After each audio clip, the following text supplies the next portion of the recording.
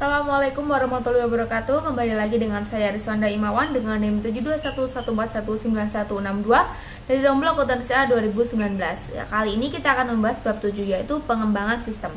Langsung saja saya menggunakan sumber materi dari buku Sistem Informasi Manajemen edisi 10 karya Raymond McLeod CR, penerbit dari Salemba 4. Langsung saja, yang pertama ini adalah pendekatan sistem. Untuk pendekatan sistem ini ada 3 tahap. Yang pertama ada upaya persiapan, yang kedua ada upaya definisi, yang ketiga ada upaya solusi. Nah, untuk upaya persiapan ini ada 3 tahapan, yaitu yang pertama melihat perusahaan sebagai suatu sistem, langkah kedua adalah mengenal sistem lingkungan, yang ketiga adalah mengidentifikasi subsistem perusahaan. Oke, selanjutnya ada tahap definisi. Untuk tahap definisi ini ada 2 tahapan, yaitu tahap lanjutannya dari tahap upaya persiapan tadi, yaitu ada melanjutkan dari tingkat sistem ke tingkat subsistem. Yang kedua ada menganalisis bagian-bagian subsistem dalam urutan tertentu. Nah, yang ketiganya ada upaya solusi. Untuk upaya solusi ini mengidentifikasikan solusi-solusi alternatif, mengevaluasi solusi-solusi alternatif, kemudian memilih solusi alternatif, kemudian mengimplementasikan solusi tersebut. Selanjutnya adalah menindaklanjuti apakah solusi tersebut itu efektif atau tidak gitu. Selanjutnya ada siklus hidup pengembangan sistem. Nah, untuk siklus hidup pengembangan sistem ini, pendekatan sistem ini adalah metodologi dasar dalam memecahkan segala jenis masalah. Nah, untuk siklus hidup pengembangan sistem atau System Development Life Cycle ini atau SDLC yang lebih kita kenal dengan itu, ini adalah aplikasi dari pendekatan sistem bagi pengembangan suatu sistem informasi. Lanjut, ini ada SDLC tradisional. Nah, SDLC tradisional ini seringkali disebut sebagai pendekatan air terjun atau waterfall approach. Ini adalah aktivitas SDLC sederhana, memiliki aliran satu arah menuju ke penyelesaian proyek.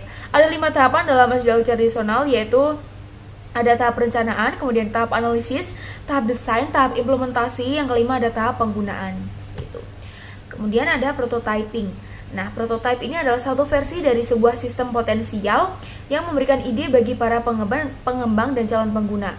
Bagaimana sistem akan berfungsi dalam bentuk yang telah selesai.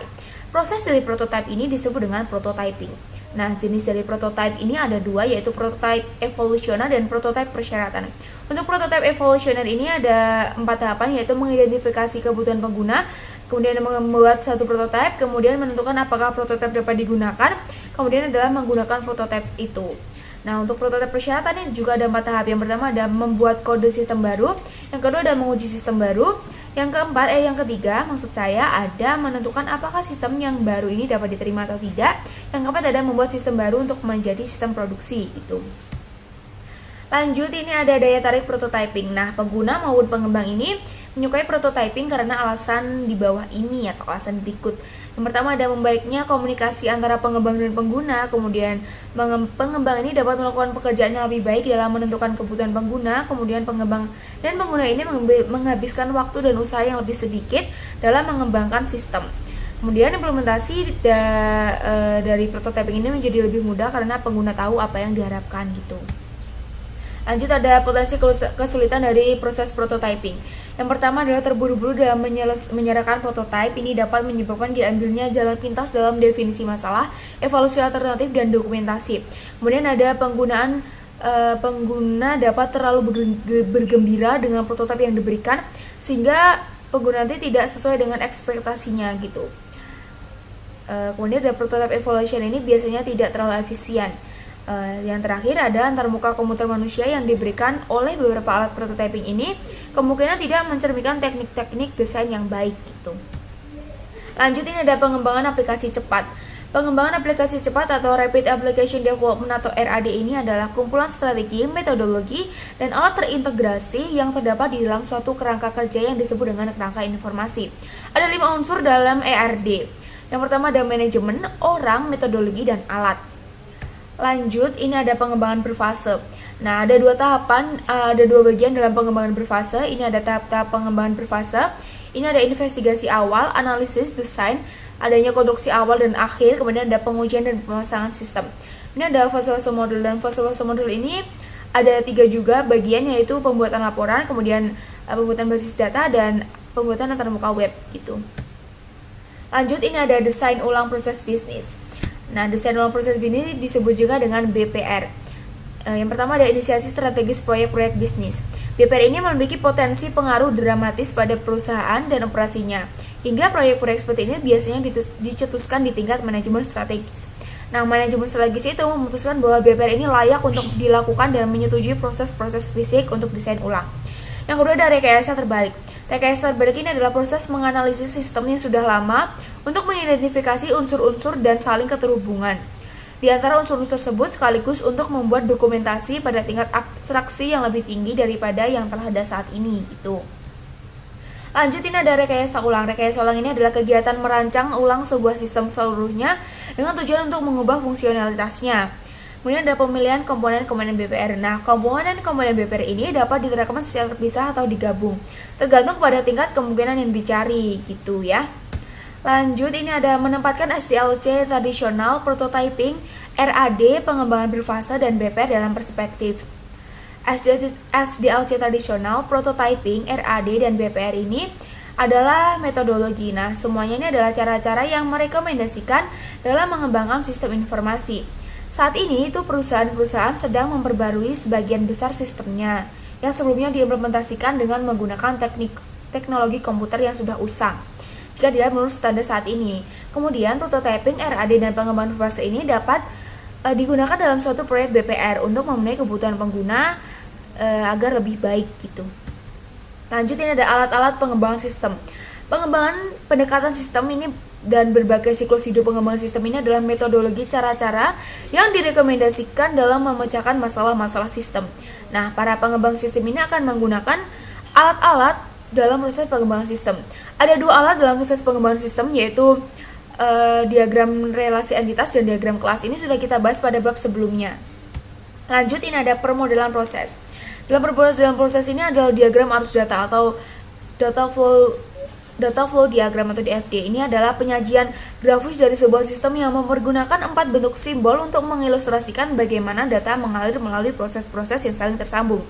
4 simbol ini yaitu unsur-unsur lingkungan dengan sistem berinteraksi, kemudian ada proses, ada arus data, kemudian ada penyimpanan data. Lanjut, ini ada diagram konteks. Diagram konteks ini menempatkan sistem dalam suatu konteks lingkungan. Nah, diagram ini itu terdiri atas satu simbol proses tunggal yang melambangkan keseluruhan sistem. Lanjut, ada diagram nomor N. Diagram nomor N ini berfungsi untuk mendokumentasikan suatu proses dari sebuah DFD dengan tingkat detail yang lebih besar. N ini melambangkan nomor ponsel pada tingkat yang lebih tinggi dari yang sedang didokumentasikan. Nah, selanjutnya ada berapa banyak sih detail yang harus ditampilkan? Kita harus memenuhi 2 peraturan dalam menampilkan detail DFD ini. Yang pertama ada membatasi satu DFD menjadi tidak lebih dari 6 hingga 8 proses. Yang kedua adalah menggunakan alat lain untuk mendokumentasikan tingkat detail yang paling rendah, tetapi dengan menggunakan tidak lebih dari 1 halaman. Lanjut, ini ada kasus penggunaan. Nah, kasus penggunaan ini adalah suatu uraian naratif dalam bentuk rangka dari dialog yang terjadi antara sistem primer dan sistem sekunder. Ada 2 format kasus penggunaan, yaitu naratif kontinu dengan nomor yang berurutan untuk masing-masing tindakan, kemudian ada juga format pingpong. Paduan khusus penggunaan ini mengikuti format apa yang diikuti gitu. Kemudian ada kapan sih kita menggunakan diagram arus dan kasus penggunaan. Nah, diagram arus data dan kasus penggunaan ini seringkali dibuat selama tahap-tahap investigasi awal dan analisis dari metodologi pengembangan berfase. Nah, DFD ini melestarikan suatu tinjauan pemrosesan, kemudian kasus penggunaan ini memberikan detailnya seperti itu. Jadi mereka saling berhubungan. Lanjutin ada manajemen proyek. Nah, manajemen proyek ini biasanya diampu oleh sistem IT atau bagian dari IT, namun juga membutuhkan juga steering committee SIM. Ini adalah komite yang dibentuk untuk memberikan panduan, arah, dan kendali secara terus-menerus. Nah, steering committee ini menjalankan 3 fungsi utama, yaitu menciptakan kebijakan, melakukan pengendalian fiskal, dan menyelesaikan perselisihan. Lanjutin ada kepemimpinan proyek. Nah, tim proyek ini meliputi semua orang yang berpartisipasi dalam pengembangan sistem informasi. Satu tim ini dapat memiliki anggota hingga selusin yang terdiri atas gabungan beberapa orang dan spesialis informasi gitu. Lanjut ada mekanisme manajemen proyek. Ini adalah dasar dari manajemen proyek yang sudah diatur ini. Kita dapat mengidentifikasikan pekerjaan-pekerjaan yang akan dilaksanakan. Kemudian pekerjaan ini dibuat rencana terperinci yang disebut dengan grafik Gantt. Lanjut ada dukungan web. Nah, selain itu manajemen proyek ini juga dapat didukung melalui internet gitu ya. Lanjut, ini ada mengestimasi biaya. Ini kita membutuhkan alat input, alat teknik, dan input, alternatif dan output maksud saya gitu. Ini adalah bagian-bagiannya, ada breakdown struktur, kemudian sumber daya, tarif sumber daya, estimasi durasi aktivitas dan informasi historis, dan ala estimasi analogis, estimasi dari bawah ke atas. Kemudian ini akan menghasilkan estimasi biaya, rencana manajemen biaya, dan detail pendukung. Oke, terima kasih telah menyaksikan video penjelasan dari saya. Mohon maaf bila ada kesalahan. Wassalamualaikum warahmatullahi wabarakatuh.